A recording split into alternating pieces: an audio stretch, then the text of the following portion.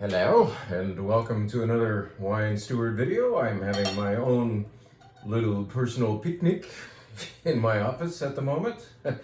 Some nice sparkling wine that we're going to be offering on the wine bar menu as of right now. If you come in now, that menu is about to print and we'll be ready for you. You're going to have a glass of Champollion Bubbly. This is imported by Kermit Lynch, the great local importer from Vouvray, Loire Valley, France. It's made entirely of the best grape in the world. We like to say that about Chenin Blanc just to cause a little commotion. So cheers, here's to you. Thank you for watching the videos and keeping track of what we're doing. If you like seeing the videos, that's cool. I'm glad it's still watched. And if you don't, then we'll just write all this stuff as well. So we try to hit you in all kinds of ways. You know, we'll see you down on the sales floor, or we'll reach out to you in writing or in beautiful video form. So here is to you. Thank you for everything you do with the Wine Steward. Cheers. Oh, that's delicious dry Chenin Blanc, the best grape in the world. So what do we have here? My little picnic going on. Has to do with what went on last night. We had a presentation for a kind of a private group. People were invited to come and hear about an upcoming river cruise that one of our wine club members is helped putting on. She's Terry Landon, is a travel agent and a wonderful wine club member, and many of our friends will be on that boat. Many of the people who were on the boats in 2018 when we cruised down the Rhone River. I will not sadly be able to join you in Bordeaux if you choose to go on this cruise, but I can vouch for how delicious it will be. Last night we were pouring for the prospective thinking about it attendees or cruisers a bevy of Bordeaux. We had white Bordeaux and a few red Bordeaux and even a Sauterne. That's the dessert wine from there, and that was fun. And what we had, of course, for them was a bunch of French cheese and other French food products. And Dawn, who is our cheesemongeress, said before the event, Jim, do you mind if I put out some mustard? Because nobody's buying this. Nobody's really looking at it. They don't maybe know what to do with it. And I found out what to do with it this morning. I didn't make it over to the cheese table last night, but I did this morning. There were still scraps of this and that, some things I wouldn't necessarily want to eat the next day by sitting at a room temperature. But mustard, I'm okay with that. This is mustard from Dijon, France. And it's the real stuff, you can tell, because it has a lot of French writing on the label. And it is actually, the first thing I did was grab a piece of the bread that I baked yesterday and gave it a little scoop into the mustard. I was just like, I've had 2 events in a row. I'm kind of like dizzy. I'll eat anything. I'm starving and I'm ready to, like, I just need something, right? And I thought, I would not normally put bread into mustard, and yet, it's good. It's really good. And then, what we also had on the table, never talk with my mouth full. There it is. Sorry, Mom. These chips were out too. So these are actually from Spain, and many of you have had the truffle chips from Torres, but these happen to be the Mediterranean herb chips. Yeah, I tried them in the mustard. Kicks ass. I mean, I wouldn't normally think of mustard as an appropriate dip. This works. You don't need a lot of it, of course, but gosh, make a platter. You know, let's have that outdoor soiree on the patio now. I mean, get your dry rosé going, get some of this Champollion Vouvray Brut, have some people over, and do kind of a French layout. You know, have your picnic. And this moutarde or mustard, it would be wonderful to have out with these chips. And then, of course, you know, you got cheese and charcuterie and all the fancy stuff. And if you're really going to be authentic, you'll have cornichon out there too, the little gherkin pickles. Except they're not dill pickles, they're different. Anyway, they're good. These are the best cornichon I've ever had, and we are lucky enough to be selling them to you. So consider these food products, these fine food products, as purveyed by the Wine Steward. Now, let's get into the wine subject that you know is coming. Let's first tell you that there are no more than 5 seats remaining available on thewinesteward.com for our upcoming Washington State event. Yeah, we barely told you about it, and boom, the thing is almost sold out already. So on Tuesday, I believe 31st of May, we'll be featuring at least 12 different Washington State wines. It's a sit-down presentation style event. We call them tasting and sales events because we do hope to sell you some wine. That's how we get by around here, by actually selling wine. Anyway, we show it to you first, so it's a great way to shop, learn about a place that maybe you're not familiar with. I can promise you, you're going to find out in a quick Hurry, that's a Washington State wine, is not much like an Oregon wine. A lot of people down here with this perspective from the Bay Area looking up north just assume, oh, in Washington, they must do what they do in Oregon, make a lot of Pinot. Well, they make very little Pinot. And farther east in the eastern part of Washington, which is actually high desert, very little rainfall, hot days, cold nights, big what they call diurnal shift, you've got the opportunity to make virtually anything. I mean, maybe not Pinot Noir, but the Rhone varieties, the Bordeaux varieties like Cab and Merlot, some of the best Merlot in the world comes from up there, believe it or not, and Italian varieties. And we're going to do a spectrum on this special day, Tuesday evening, the 31st of June. And of course, I'm doing it on a Tuesday just in case that thing fills up in a hurry, and we could possibly have a spillover event the very next day, if enough of you are interested, and I promise you, you should be. For $45 to try over 12 or more Washington State wines, what a great opportunity to know a place. I promise you deliciousness. It's a promise from, somebody who tastes wine for a living. I was going to say drink. No, I taste, and I spit, usually. I have a hard time spitting this. But I should, right? Okay. Now, let's get into the wine bar theme for the week. As you know, we change our wine bar menu every weekend. And so starting on Thursday, we print this sucker out, and you can come up and taste a flight. You can have a whole glass of wine. You can order a cheese and meat platter as purveyed by Dawn. And maybe we'll put some mustard on there for you. Oh, that's good. Okay, sparkling wine of the week. We already told you about it. I've already tasted it in front of you. Gotten you really upset about that? Well, don't be upset. Come on in and have a glass of Champollion Brut. 100% Chenin Blanc, Loire Valley, dry, Chenin, bright, vibrant, affordable, good stuff. A nice alternative to champagne. Let's keep those bubbles, shall we? Okay. Safely trapped in there. All right. Now, every menu between now and, let's say, October, we're going to have a different dry rosé, a new 2021 that has just come in, and they are now finally getting here. Let's celebrate that. Let's have a new dry rosé, and this has been much anticipated.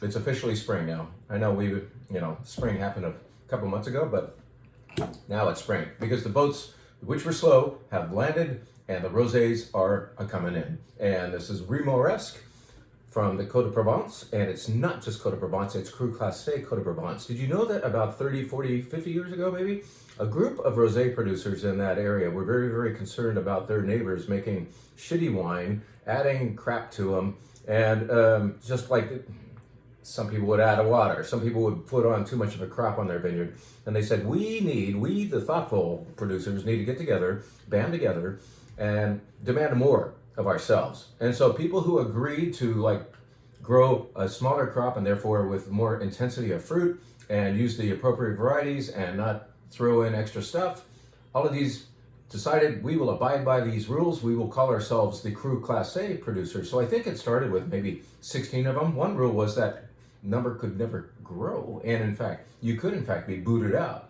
Or if you went out of business, then the number shrinks anyway. So now we're down to 11 different producers of Cru Classé Rosé in the Côte de Provence. Rimoresque is the one we most frequently carry. I think we've only carried 2 or 3 over the years. They're not easy to find, but look for the fine print.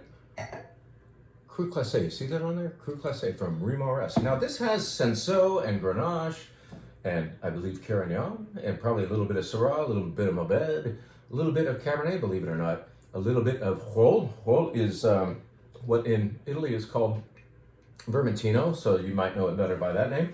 And a little bit of a grape called Tiboulen. We talk about it once in a while. Tiboulen is it doesn't crop too efficiently, so it's not the farmer's friend, and yet it helps a rosé be very interesting. So Tiboulen in Provence, Tbouren is the name of the grape. They grow it anyway. They just say, if it works out this year, we're going to put it in the rosé. And so this has some Tiboulen, very rare grape.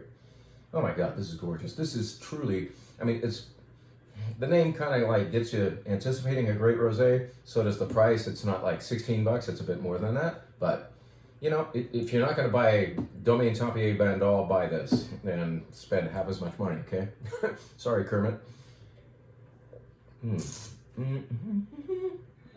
God, it's silky, it's got a lot of expression.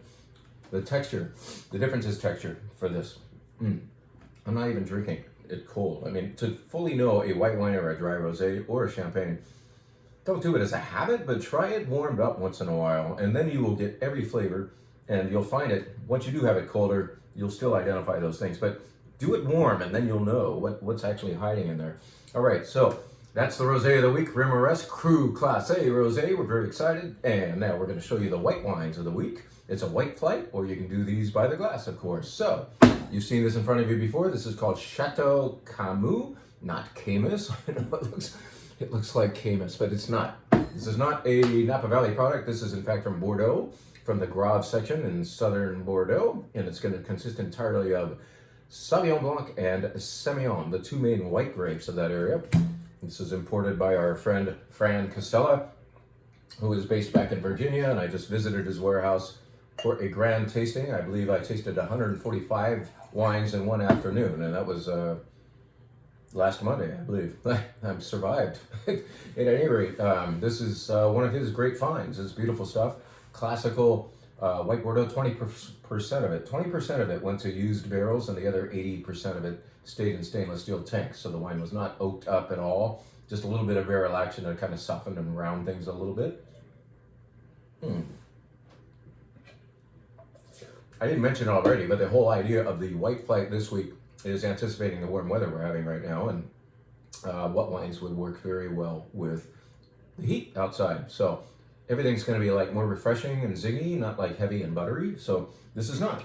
It's vibrant and lively, and it should go really wonderfully with fish. You know how sometimes when it's a little too warm outside, you are thinking more about lighter foods, like if it's going to be lunch, it's probably a salad, and you might put seafood on it, or you might grill fish for the evening instead of doing a big heavy steak. This is the wine for that fish, okay, guys? Grilled shrimp, fish, anything. Like, it'd be fantastic with fish tacos. Really nice stuff. Now, let's go home. Let's go to the United States, the Gold Country, where my mother grew up in Sutter Creek, very close to here. This is El Dorado County Grenache Blanc from a producer named Skinner.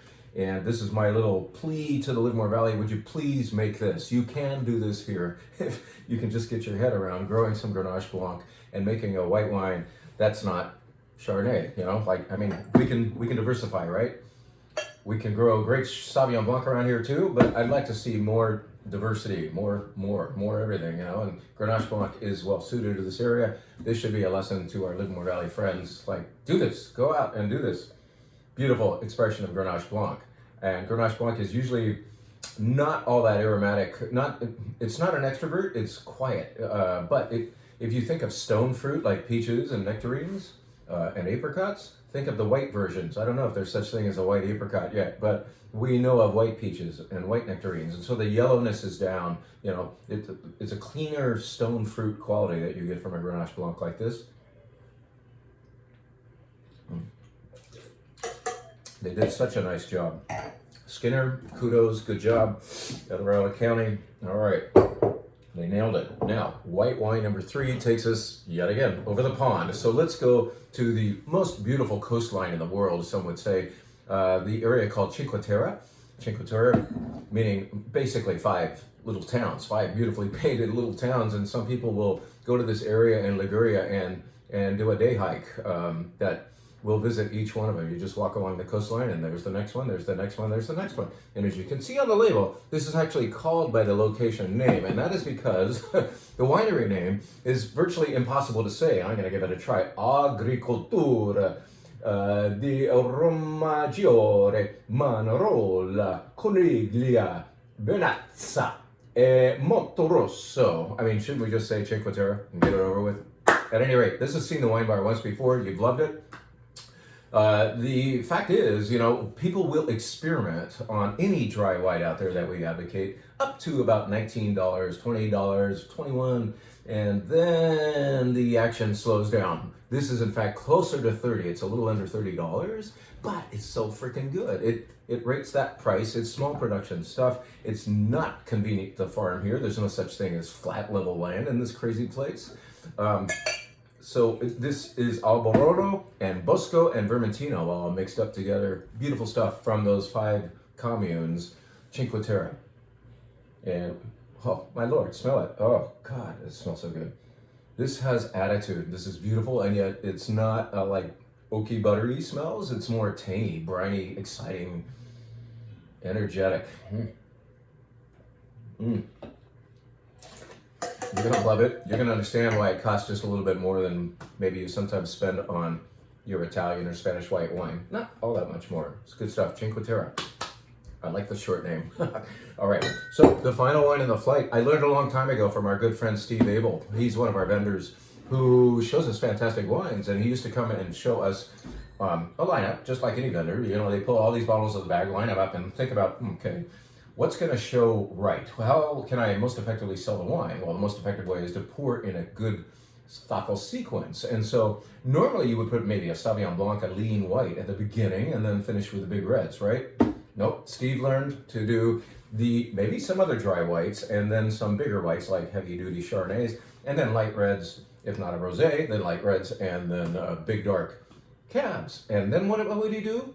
He used to sell a lot of New Zealand Sauvignon Blancs. He would never dare to put a New Zealand Sauvignon Blanc early in the lineup. He would do it at the very end. Why? Because it kind of like, it screws everything else up afterwards. It doesn't like, everything else is kind of like pales in comparison. I mean, they're great wines that will just be kind of like overshadowed by this. This is an extrovert. I was saying Grenache Blanc is not an extrovert. This Craggy Range Sauvignon Blanc from Martinborough, not Marlborough, Martinborough, New Zealand, is an extrovert. Martinborough is actually on this toward the southern edge of the North Island of New Zealand, while slightly more famous Marlborough, like you said, you certainly had Sauvignon Blanc from Marlborough, is on the northern part of the southern island. All right, so Martinborough. Holy crap! It smells so good. Do you remember a wine called Cloudy Bay? I'm sure those of you who are Sauvignon Blanc fans remember that we used to carry it. I haven't seen that wine in years, and it got more and more expensive. I'm sure it's like a $35 or $40 white wine now. Cloudy Bay, it's kind of like iconic and too iconic. It's kind of like Santa Margarita Pinot Grigio. It doesn't really deserve to cost as much as it is, and it's wonderful Sauvignon Blanc. But when you taste something like this, you think, why do I need Cloudy Bay? I mean, like, the wine steward's offering this to me, like, by the time your wine club discount hits, I think this is going to go under $20 for you, like $19.79 a bottle for Cloudy Bay quality Sauvignon Blanc from New Zealand. Man, there's a lot going on here. I haven't even put it in my mouth yet. I'm talking too much.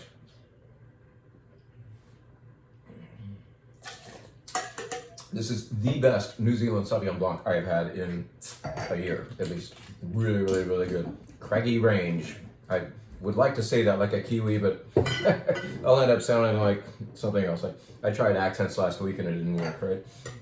All right, you know there's a red flag coming. You anticipate probably from the wine steward something from like, let's go all over the world. And we do that a lot, and that's the wine steward way. But you know what? Sometimes I realize, come on, let's go closer to home. Let's go all American this time. So it's not all California, but the red flight this time hails entirely from America, the West Coast, Pacific Coast. How about that? So let's go first to the Stoller Pinot Noir. This is from the Dundee Hills of the Willamette Valley in Oregon, and I've got my Oregon Pinot Noir glass here. Now we call it the New World Pinot Noir glass, but it's the same damn glass. This is Stoller. I've always admired Stoller for not trying to make California Pinot Noir. Oregon is not in California. It's above it. It's a totally different situation. And from Oregon, we anticipate something that's kind of between Burgundy and California in style. So red Burgundy from France is Pinot Noir, Groningen Burgundy, very delicate, profound. And then one step, a little more fruit, a little more body might be an Oregon Pinot. And then the California stuff tends to be a little richer and bigger. But anyway, that's how to kind of like think of Oregon Pinot in general. Stoller plays to that idea. Elegant, pretty, and there's good substance there too. But it's not all like fruit bomb. It's not jammy. This is not Meiomi. All right, we don't sell that. This is truth. Good stuff. All right, now all of a sudden we're going to go farther up to Washington State. We were just mentioning Washington State for a wine that we've shown you on the wine bar before because I think it's very dependable. I think people like to see darkness in their glass. They're immediately anticipating something good when they see color like that. It's just like we taste with our eyes, they say. So taste with your eyes as you look at this and watch me taste this wine literally. This is Ex Umbris Syrah from Owen Royal Winery in the Yakima Valley of Washington State. It's easygoing, it's rich and dark, but not stupidly rich and dark. It knows it's got good balance. I want to have it a little cooler this time of year. These days are warm all of a sudden, and it's a nice time to put your wine in the fridge, your red wine in the fridge for maybe 15, 20 minutes, just to take it down a few degrees. This is a good way to do all of these reds this weekend, I think. I think we're going to keep them in our little wine keeper cabinet, just like take the temperature down to maybe 60 for it to start. If it's too cold, just warm it up a little bit, but don't serve it necessarily at room temperature right now. It's not, the fruit's more fun and the wine's more refreshing if you have it a little cooler. So, Ex-Umbra Syrah from Washington State. 5 seats remaining for that upcoming June 31st Washington State event, all right? Now we're going to go to good old Contra Costa County, the land of my upbringing. So I grew up in Lafayette, and this is about, maybe a 20 minutes drive over toward the Brentwood, Oakley area. This is from Nyers. Nyers is actually a winery up in the Napa Valley, but they recognize that there is a special treasure in the form of very, very old ungrafted vines growing in sand in Oakley, California. And they're usually Carignan and Mourvedre vines. There's some Zinfandel there too. This comes from the Evangelo Vineyard. And it's kind of meant to anticipate a wine that we're going to be putting out pretty soon here. It's going to be bottled in June, but we've already talked about the Domaine des Clos de Vie several times before. And I've kind of gotten to know this Oakley area, appreciated enough to make a wine from there that's coming, that'll be wine steward only, Domaine des Clos de Vie. Well, here's Nyers, little rendition from, well, it's not little, it's Mourvedre. Mourvedre is never little. Mourvedre always has major, major, major attitude, and it's a little untamed as well. This is made by a very cool guy named Tadeo Borchardt, and he is the winemaker for Bruce Nyers. Bruce Nyers is proprietor, Bruce and Barbara run it, and Tadeo, he's a very cool dude. I think he's been there for over 20 years now at the Nyers Winery, and he really likes to go minimal, meaning you don't add much to the wine. You kind of let it make itself. When you have quality fruit from very, very, very old vines, again, I did tell you that these are grown in sand, but did I say they're old? They're over 100 years old, okay? So these are old, gnarly guys, head pruned, Mourvedre. They call it Mataro there, but what did they call it? They call it Mourvedre. But you could also call it Mataro or Monastrell, depending on where you are. There's a nice amount of funk here. There's a little bit of animal hide, if you will, or fur, kind of like a belly rub. But it's very attractive. I think it's familiar, it's like, it's not just fruit bomb. Nice balance. 10 parts per million SO2 is all Tadeo employed here. So it's a little wild, it's a little natural, but that's all right. I think it's fun. Great structure, and it's also a wine that will like being open for a while. Mourvedre, you can say Mourvedre, or you can say Mourvedre, and kind of gasp that last syllable. That would be the more appropriate way. Anyway, he's done a good one. This is very authentic Mourvedre. All right, so let's go to wine number 4, and there's only 5 of these, so yes, Jim's almost finished. Record time for the recent videos. Here is green and red. Green and red, what does that mean? Are these flavors of the wine? Actually, it means it's alluding to the kind of soil types here in the Chiles Valley, not Chiles, Chiles Valley of eastern Napa Valley. You go past Lake Hennessy on the east side of the Napa Valley and keep going, and you're in what's called Chiles Valley. It's still part of the larger Napa Valley appellation, but this is the section called Chiles Valley. Can I say that anymore? No, I won't. Green and red refers to the soil types of chert, that's the red stuff, and a vein of serpentine, that's the green that runs through here. And this is by a guy named Jim, I think his name was Jim, because he passed away in 2019, Hemingway. He started making wine in the 1970s, acquiring this property. He used to teach sculpture at UC Berkeley back in the 1960s, and all kinds of things were interesting things were happening in UC Berkeley. I was born there. I was born like blocks away from UC Berkeley, and in the 60s. Look at me. At any rate, Jim Hemingway teaching there, and he rubbed elbows with the likes of Alice Waters and people who started Chez Panisse and the Cheese Board and so on. He instead went up and found his mojo. He got his property up there in Chiles Valley and planted 3 different Zinfandel vineyards up there. And what he makes is Zinfandel with poise and form and structure and not over the topness. I mean, this is not Paso Robles Zin. This is not big jammy Russian River Zin. This is accurate, beautiful. I mean, I don't even drink Zin anymore very often. I would drink this. I would happily have a glass of this. Believe it or not, Chez Panisse, those hoity-toity French persuaded people at that restaurant in Berkeley, they have a Zin made especially for them by Green and Red. Always have had that as a wine by the glass there. So it's kind of cool. It tells you something about how Zin can be. Mm-hmm. Lovely, lovely, lovely, elegant. I think you could almost say claret style Zinfandel. If you have like had a bad fall from Zin, like party too hard with it one night and then swore off the stuff, don't throw the baby out with the bathwater. This is a Zin, the likes of which you may not have had yet. Come back and try this, okay? All right. The final wine, it's kind of another one of those like throwbacks, like in that I don't really look at Petite Sirah very often anymore, but when I found this, actually somebody brought it to me and showed it to me, and I said, well, I like Storrs Winery a lot. These are cool dudes down in the Santa Cruz Mountains area. That's where the winery is. And when I tasted this Petite Sirah, I was taken right back to the very good old days of Kincannon Petite Sirah. I believe Kincannon Winery in the 1960s might have been the first producer to put Petite Sirah on a label. Of course, Petite Sirah was already growing. It was a grape that was created in the 1880s, but we weren't necessarily identifying wines varietally until right around then, and that's when Petite Sirah was applied to a label by good old Kincannon Vineyards.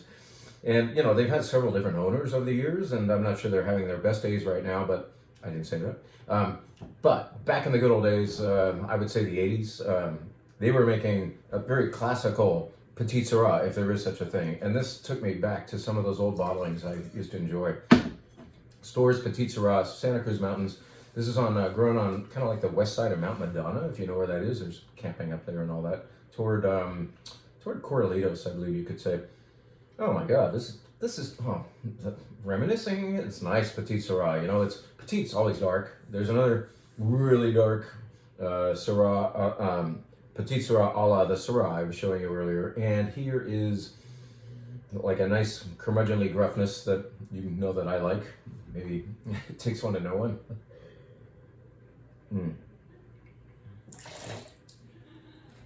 This is exactly what I hope for and expect from Petite Sirah. I only need to sell one Petite Sirah downstairs. You know, I will sell a dozen or so Syrahs. Petite Sirah is kind of like a monster truck compared to the Jaguar, which is Syrah, if that makes sense. But this is good shit. It's a good way to end the All-American Red Flight. I hope you'll come in and see it, taste it, and of course you can have glasses of anything you're really loving. You know, maybe do the flight and then do a glass, but do it, do us. Come on in, and happy weekend. Thank you very much for watching. Have a good one.